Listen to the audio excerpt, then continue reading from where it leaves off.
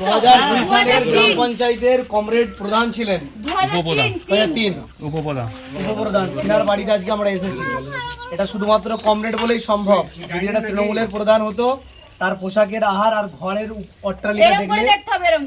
অট্টালিকা দেখলে আপনার মাথা ঘুরে যেত। কিন্তু কাকাবাবু এখনো পুরনো হালতেই স্বমহিমায় রয়েছে। ভালো থাকবেন, আপনারাই আমাদের শক্তি। জাতির নয় ভাতের লড়াই, বিসর্জন দিন দুই ফুলকে। খানাকুল প্রচারে ঝড় তুললেন সংযুক্ত মোর্চার শেখ সাদ্দাম হোসেন। বিধানসভা নির্বাচনের পারদ যত চড়ছে ততই তপ্ত হচ্ছে খানাকুলের রাজনৈতিক মাটি। বুধবার খানাকুল বিধানসভা কেন্দ্রের অন্তর্গত কৌঘোষা, রঘুনাথপুর এবং পিলখা এলাকায় কর্মী সমর্থকদের বিশাল মিছিল নিয়ে নির্বাচনী প্রচারে ঝড় তুললেন বামফ্রন্ট সমর্থিত ইন্ডিয়ান সেকুলার ফ্রন্ট প্রার্থী শেখ সাদ্দাম হোসেন। দুই ফুলের বিসর্জন ডাক এদিন প্রচারের ময়দান থেকে শাসক দল তৃণমূল কংগ্রেস এবং প্রধান বিরোধী দল বিজেপি উভয় পক্ষকেই তীব্র আক্রমণ শানান সাদ্দাম হোসেন।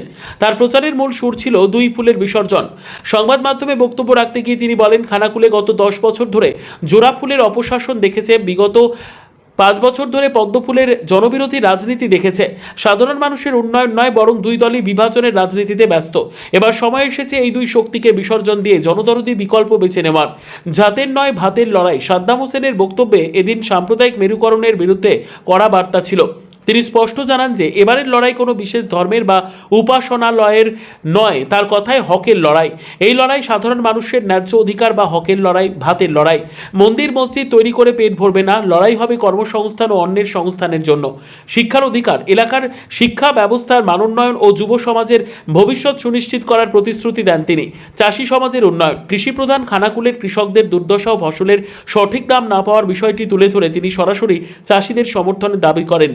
প্রচারের মেজাজ এদিন কৌঘোষা থেকে শুরু হওয়া মিছিলে বামফ্রন্ট ও আইএসএফ কর্মীদের উচ্ছ্বাস ছিল চোখে পড়ার মতো। হাতে লাল পতাকা ও খাম প্রতীক সংবলিত পোস্টার নিয়ে মানুষ মিছিলে পা মেলান।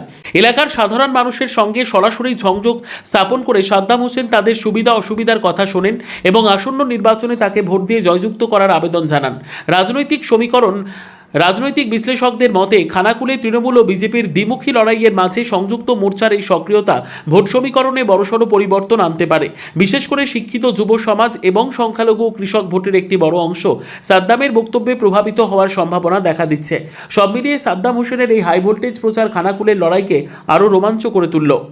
কৌঘোষা এলাকাতে বিকাল থেকে আমরা মানুষের রঘুনাথপুর, পিলখা মানুষের ডোর টু ডোর আমরা ভিজিট করছি, তাদের অভাব অভিযোগগুলো দেখছি। এই যে বাড়িগুলো আমরা দেখলাম, অভিযোগ করছেন মাসিমা যে এখনও পর্যন্ত তাদেরকে আবাস যোজনার ঘর দেওয়া হয়নি।